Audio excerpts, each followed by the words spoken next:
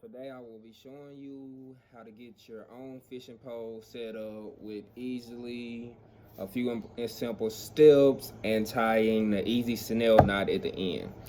First, you will need your fishing pole. Any fishing pole will do. Right here, I have a Abu Garcia spinning reel, a easily measly $50 fishing rod you can buy at Walmart. Second, you will need some fishing line. You can get, they come in different sizes. I got 20 pound because of the type of fish that I go fishing for. Catfish is what I fishing for. Then weights. Don't know the size of these, but water garments, round size, they're easy to take on and off in case you want to change how much weight you on. And then Eagle Claw, some of the best fishing hooks you can get when you're going fishing for catfish, bass, and all that. But your first step after you get all your stuff set up is to basically put your line on. I went with the 20 pound because, like I said before, all I catch is catfish. That's what I love to catch. I won't fish for nothing else. You tie it up down there and spin it until it's full. I already went through the process of doing it because it would have took up about a minute or two of getting everything set and reeling it all in for y'all, and I didn't want to waste that much of the time and they want to just run the whole video. So after you get all that, you come up here after you get it and you figure out how much line you want loose on your fishing pole to get everything set. For me, I usually start with a basic 8 to 7 feet to give me enough room to move around with. It keeps everything in order and it keeps you from having to go through a lot of other stuff that's unnecessary. So after you get your 8 to 9 feet of the line, basically you gotta figure out what type of knot you want to put on your Eagle Claw. I'm gonna go with an easy snell knot because it's easy to learn, it's easy to figure out, and it takes a little over just 3 steps to do. So grab your hook, make sure you're careful because they do got the spikes on them.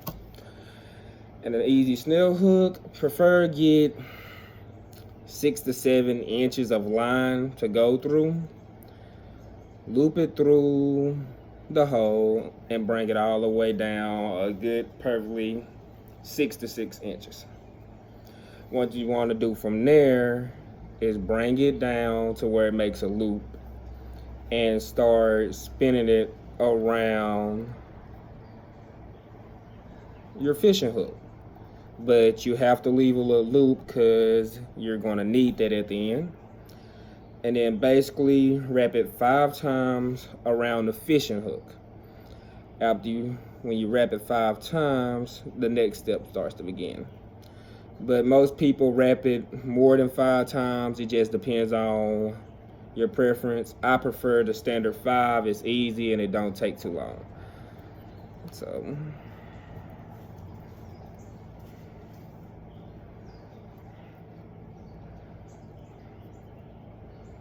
and after 5 loops, it should not do that.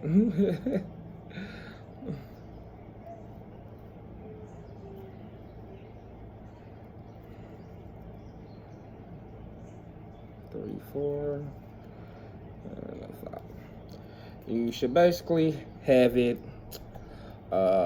loop still left from earlier, and then it should be wrapped around a good 5 times.